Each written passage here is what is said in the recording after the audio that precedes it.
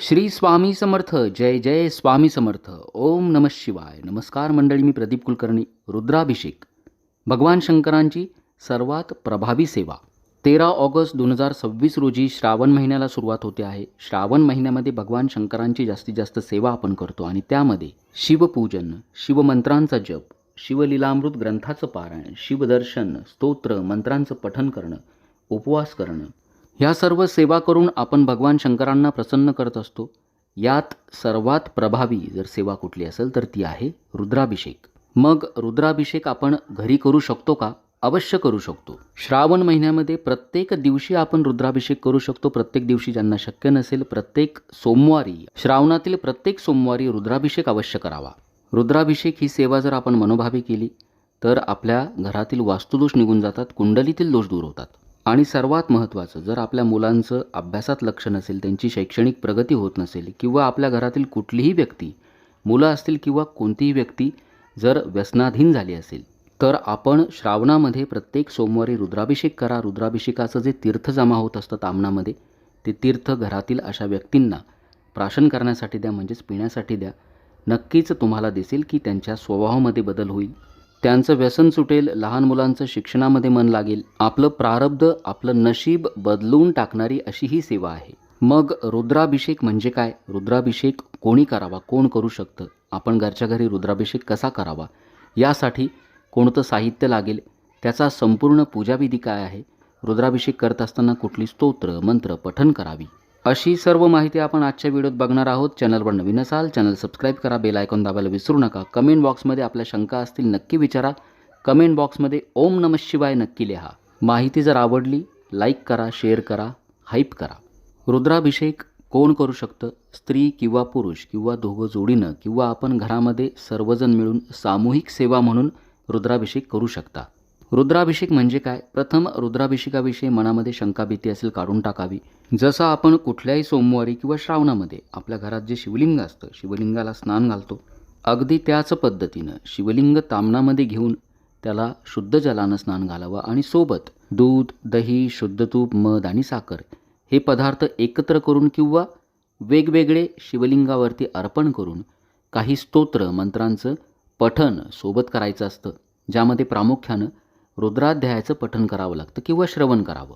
इतर वेळेला ज्या वेळेला आपण शिवलिंगावरती अभिषेक करतो, आपण शिवमहिम्न स्तोत्र पठण करतो किंवा श्रवण करतो, किंवा भगवान शिवाचा कुठलाही एक मंत्राने आपण पठण करून शिवलिंगाला शुद्ध जलानं किंवा दुधानं स्नान घालतो. रुद्राभिषेक करत असताना आपल्याला विविध स्तोत्र मंत्रांचं पठण करून किंवा श्रवण करून शिवलिंगावरती पाण्यासोबत हे सर्व पदार्थ अर्पण करायचे असतात. आणि समजा आपल्याला शुद्ध जलाव्यतिरिक्त जसं दूध, दही, तूप यापैकी कुठलाही पदार्थ नसेल तर चालेल का? नक्की चालेल. भोळ्या भावानं, शुद्ध भावानं, शुद्ध जलानं शिवलिंगाला अभिषेक करायचा आणि सोबत या सर्व स्तोत्र मंत्रांचं पठण श्रवण करायचं. या संपूर्ण विधीला साधारणतः 1 ते 1.5 तास लागतो.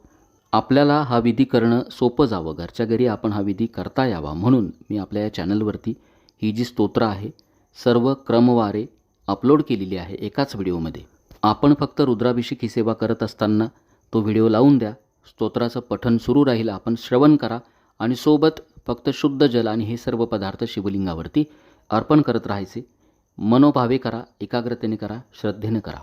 त्या व्हिडिओची लिंक मी डिस्क्रिप्शन बॉक्समध्ये देत आहे. ज्या वेळेला आपण श्रावणामध्ये रुद्राभिषेक कराल तो व्हिडिओ फक्त आपण लावून द्यावा.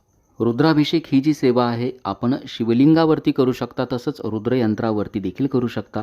आपल्या घरात जर रुद्रयंत्र असेल, एकाच वेळी दोन्हीही शिवलिंग आणि रुद्रयंत्र तामणामध्ये घेऊन आपण रुद्राभिषेक करू शकता. रुद्राभिषेक करण्याची योग्य वेळ कोणती? आपण सकाळी देखील रुद्राभिषेक करू शकता, परंतु भगवान शिवाला प्रदोष काळची सेवा सर्वात जास्त आवडते, म्हणून सूर्यास्ताच्या अगोदर 1.5 तास आणि नंतर 1.5 तास हा जो साधारण 3 तासाचा काळ असतो, या काळामध्ये आपण रुद्राभिषेक ही सेवा करा. श्रावण महिन्यात कुठल्याही दिवशी आपण रुद्राभिषेक करू शकता, किंवा शक्य असेल प्रत्येक सोमवारी आपण रुद्राभिषेक अवश्य करा. शुद्ध जलासोबत आपल्याला दूध, दही, मध, शुद्ध तूप आणि साखर इत्यादी पदार्थ आवश्यक असतात, जे शिवाला आवडतात. मात्र जर आपल्याला यापैकी काही पदार्थ उपलब्ध झाले नाहीत, हरकत नाही. अगदी आपण शुद्ध पाण्यानं जरी अभिषेक केला तरीसुद्धा चालेल, कारण भगवान शिवाला भोळा भाव आवडतो, भोळी सेवा आवडते. मात्र हे पदार्थ जर आपल्याला सहज शक्य झाले, नक्की आपण उपलब्ध करा आणि हे पदार्थ अर्पण करून रुद्राभिषेक करावा. हे पदार्थ अर्पण करत असताना आपण तांब्याची पळी किंवा चमच्याचा वापर करू शकता. आपल्याकडे जर पाण्याची गळती असेल तर अतिउत्तम. रुद्राभिषेकाचं महत्त्व समजून घ्या. रुद्राभिषेक ही सेवा घरात केल्यानंतर नेमकं काय होतं? आपल्या ज्या काही आर्थिक समस्या असतील, समजा कर्जबाजारी झाले असाल, आर्थिक आवक होत नसेल, नोकरी व्यवसायातील अडचणी असतील, त्या दूर होतात. घरात नेहमी कटकटी असणं, मुलांचं शिक्षणात लक्ष नसणं, काहीतरी आजारपण सतत असणं, हे सर्व पितृदोषाची लक्षणं आहेत. भगवान शंकराची आवडती सेवा रुद्राभिषेक जर आपण श्रावणामध्ये केली तर आपल्या घरातील पितृदोष नष्ट होतात. वास्तुदोष, कुंडलीतील दोष देखील नष्ट होतात. त्यामुळं मुलांच्या शिक्षणातील अडचणी असतील किंवा त्यांचे विवाह जमत नसतील, अशा अडचणी देखील रुद्राभिषेकाची ही जी सेवा आहे त्यामुळं कमी होतील. शिवलीलामृत या ग्रंथामध्ये रुद्राभिषेकाचं महत्त्व सांगितलं आहे की पूर्वजन्मीचं आपलं जे पाप असतं त्याचे भोग आपल्याला या जन्मी भोगावेच लागतात. मात्र रुद्राभिषेकाची सेवा जो कोणी मनोभावे करेल, त्याचं जे तीर्थ असतं तो जो कोणी प्राशन करेल त्याला या पापातून देखील मुक्ती मिळेल. अपघात, अकस्मात मृत्यू असेल, गंडांतर योग असतील, शत्रुपीडा असेल, बाहेरची बाधा असेल, या सर्व संकटांपासून आपलं रक्षण होतं. असं या रुद्राभिषेकाचं सांगाल तितकं कमी, एवढं महात्म्य आहे. आपण सर्वांनी ही सेवा अवश्य करा. आता आपण बघूया आपल्या घरामध्ये श्रावण महिन्यात रुद्राभिषेक कसा करावा. ज्या दिवशी आपल्याला ही सेवा करायची असेल त्या दिवशी सकाळी लवकर उठायचं, स्नान संध्या करायची, आपली रोजची देवपूजा करून घ्या, शुभ्र वस्त्र परिधान करायचे जे भगवान शिवाला आवडतात, आपल्या कपाळाला भस्म लावून घ्या, छातीला कंठाला भस्म लावावं. देवघराजवळची जागा स्वच्छ करायची, त्या ठिकाणी एक चौरंग घ्या, चौरंगावरती पांढरं शुभ्र वस्त्र ठेवावं. समजा जागा नसेल हरकत नाही, आपण शिवलिंग पूजा करून देवघरामध्ये ठेवून द्या. आता ही सेवा आपण सकाळी पण करू शकता, संध्याकाळी देखील करू शकता. शुद्ध तुपाचा दिवा प्रथम लावायचा, दिव्याचं पूजन करायचं, गंधाक्षता फुलं अर्पण करा. ओम श्री दीपदेवताय नमः गंधाक्षता पुष्पम समर्पयामी. अशा पद्धतीनं दीपदेवतेचं पूजन झालं. आता गणपती बाप्पाची पूजा. आपल्या देवघरातील गणपती बाप्पाची मूर्ती तामणामध्ये घ्यायची. गणपती बाप्पाला शुद्ध जलानं, पंचामृतानं, पुन्हा शुद्ध जलानं स्नान घालायचं. ओम श्री महागणपतये नमः स्नानम समर्पयामी. गणपती बाप्पाची मूर्ती स्वच्छ पुसून घ्या. आपल्या उजव्या हाताला चौरंगावरती गणपती बाप्पांची स्थापना करा. खाली अक्षता ठेवायच्या थोड्या आसन म्हणून, त्यावरती बाप्पाची मूर्ती स्थापित करायची. बाप्पाला कापसाची 2 वस्त्र अर्पण करा, गंधाक्षता फुलं अर्पण करा आणि गुळ खोबऱ्याचा नैवेद्य दाखवायचा. ओम श्री महागणपतये नमः वस्त्रोपवस्त्रे समर्पयामी गंधाक्षता पुष्पम समर्पयामी नैवेद्यम समर्पयामी. विघ्नहर्ता गणपती बाप्पाची अशा पद्धतीनं पूजा केल्यानंतर आता देवघरातील जे शिवलिंग आहे ते आपल्या तामणामध्ये घ्यावं. समजा आपल्याकडे रुद्रयंत्र असेल, आपण रुद्रयंत्रावर देखील रुद्राभिषेक करू शकता आणि शिवलिंग आणि रुद्रयंत्र दोन्हीवरती एकाच वेळी हा अभिषेक करू शकता. रुद्राभिषेकासाठी लागणारं जे साहित्य आहे ते जवळ घेऊन बसायचं. पाण्याची गळती असेल, दूध, दही, साखर, शुद्ध तूप, मध, पळी, चमचा, हे सर्व साहित्य जवळ घेऊन बसा. आता आपण रुद्राभिषेक विधीला सुरुवात करणार आहोत. प्रथम भगवान शिवाचं ध्यान करायचं. ओम श्री महेश्वराय नमः ध्यानम समर्पयामी. शिवलिंगावरती 1 पळी शुद्ध जल अर्पण करा. आवाहन म्हणजेच भगवान शिवाला आपण पूजेमध्ये आमंत्रित करणार आहोत. ओम श्री महेश्वराय नमः आवाहनार्थे शुद्धोदक समर्पयामी. पुन्हा 1 पळी शुद्ध जल शिवलिंगावरती अर्पण करायचं. आसन, आपण भगवान शिवाला आसन देणार आहोत. ओम श्री महेश्वराय नमः आसनार्थे शुद्धोदक समर्पयामी. पुन्हा 1 पळी शुद्ध जल अर्पण करायचं शिवलिंगावरती. पाद्यपूजन म्हणजेच भगवान शिवाचे आपण चरण धुणार आहोत. ओम श्री महेश्वराय नमः पादयोः पाद्यम समर्पयामी. आता अर्घ्य. 1 पळी शुद्ध जल घ्यायचं, त्यामध्ये थोडंसं भस्म टाकावं किंवा पांढरं गंध टाकावं.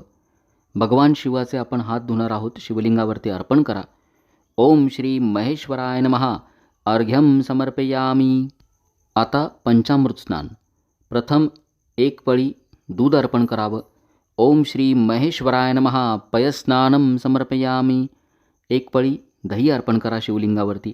ओम श्री महेश्वराय नमः दधी स्नानम समर्पयामी. 1 पळी शुद्ध तूप अर्पण करावं. ओम श्री महेश्वराय नमः घृतस्नानम समर्पयामी. थोडंसं मध अर्पण करावा. ओम श्री महेश्वराय नमः मधुस्नानम समर्पयामी. थोडीशी साखर अर्पण करा. ओम श्री महेश्वराय नमः शर्करा स्नानम समर्पयामी. आणि आता एक पळी शुद्ध जल अर्पण करायचं. ओम श्री महेश्वराय नमः. शुद्धोदक स्नानं समर्पयामी. अशा पद्धतीनं स्नान घातल्यानंतर आता गंधोदक स्नान. एक पळी पाण्यामध्ये पुन्हा थोडंसं पांढरं गंध किंवा भस्म टाकावं, शिवलिंगावरती अर्पण करा आणि पुन्हा एक पळी शुद्धोदक व्हायचं, म्हणजेच शुद्ध जल व्हायचं. ओम श्री महेश्वराय नमः. गंधोदक स्नानं समर्पयामी.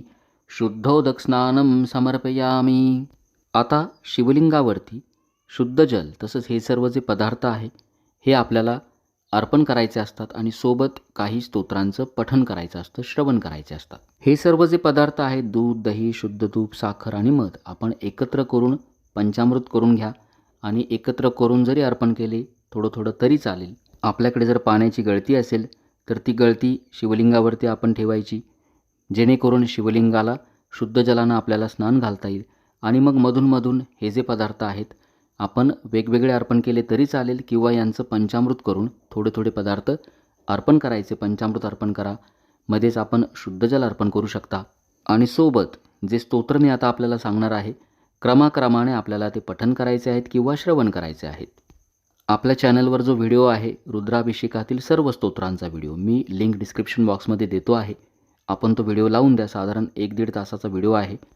म्हणजे काय होईल, ते स्तोत्र सुरू असतील, आपण ते स्तोत्र श्रवण करा. नित्यसेवेचं आपल्याकडे पुस्तक असेल, आपल्याला जर शक्य झालं ऐकता ऐकता पठण करा. आणि सोबतच पाण्याची गळती सुरू राहील आणि मधून एखाद्या स्तोत्राला आपण जसं पंचामृत अर्पण करू शकता, दुसऱ्या स्तोत्राला शुद्ध जल आपण पळीनं अर्पण करू शकता. अशा पद्धतीनं शिवलिंगावरती या सर्व पदार्थांचा अभिषेक सुरू राहील, स्तोत्रांचं पठण श्रवण सुरू राहील. म्हणजे आपल्याला रुद्राभिषेक करणं सोपं जाईल. आपल्या घरातील इतर ज्या व्यक्ती आहेत, सामूहिक सेवा म्हणून जसं आपण प्रत्येकजण एक एक पदार्थ शिवलिंगावरती अर्पण करू शकता किंवा एकानं स्तोत्र पठण करायची किंवा एखाद्याने दुसरा एखादा मंत्र पठण करावा, अशा पद्धतीने देखील आपण ही सेवा करू शकता. सुरुवात आपल्याला करायची असते. गणपती अथर्वशीर्ष 1 वेळा पठण करायचं किंवा श्रवण करायचं. त्यानंतर शिव महिम्न स्तोत्र 1 वेळा म्हणायचं.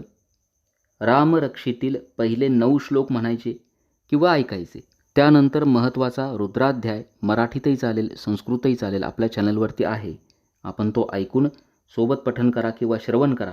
आणि सोबत या ज्या वस्तू आहेत, शुद्ध जल किंवा बाकी ज्या वस्तू आहेत पंचामृताच्या, या सर्व आपण क्रमाक्रमाने किंवा जसं जमल तसं अर्पण करावं. रुद्राध्यायानंतर आपल्याला 1 वेळा शिवकवच म्हणायचं आहे. त्यानंतर शिव गायत्री मंत्र 11 वेळा म्हणायचा. ओम तत्पुरुषाय विद्महे महादेवाय धीमहि तन्नो रुद्र प्रचोदयात. त्यानंतर महामृत्युंजय मंत्र 11 वेळा म्हणायचा. ओम त्र्यंबकं यजामहे सुगंधिं पुष्टिवर्धनम उर्वारुकमेव बंधनान् मृत्योर्मोक्षी यमामृतात्. त्यानंतर अमृत संजीवनी मंत्र 11 वेळा म्हणायचा. संजीवनी मंत्र 11 वेळा म्हणायचा. काल भैरव अष्टक 1 वेळा म्हणायचं.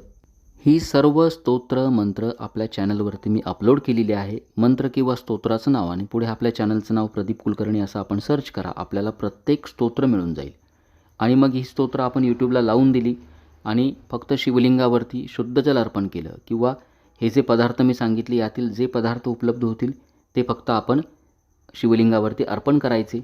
काल भैरव अष्टकापर्यंत अशा पद्धतीनं पठण केल्यानंतर शिवलिंग स्वच्छ पुसून घ्यायचं. शिवलिंग आता चौरंगावरती स्थापन करा. समजा आपण पूजा मांडली नाही, मग देवघरातच स्थापन करायचं. शिवलिंगाला कापसाची 2 वस्त्र अर्पण करा. ओम श्री महेश्वराय नमः. वस्त्रोपवस्त्रे समर्पयामी. भगवान शिवाला भस्म अतिप्रिय आहे म्हणून भस्म लावायचं शिवलिंगावरती किंवा पांढरं गंध लावा, हळद कुंकू व्हायचं नाही. ओम श्री महेश्वराय नमः. गंधाक्षता पुष्पम समर्पयामी.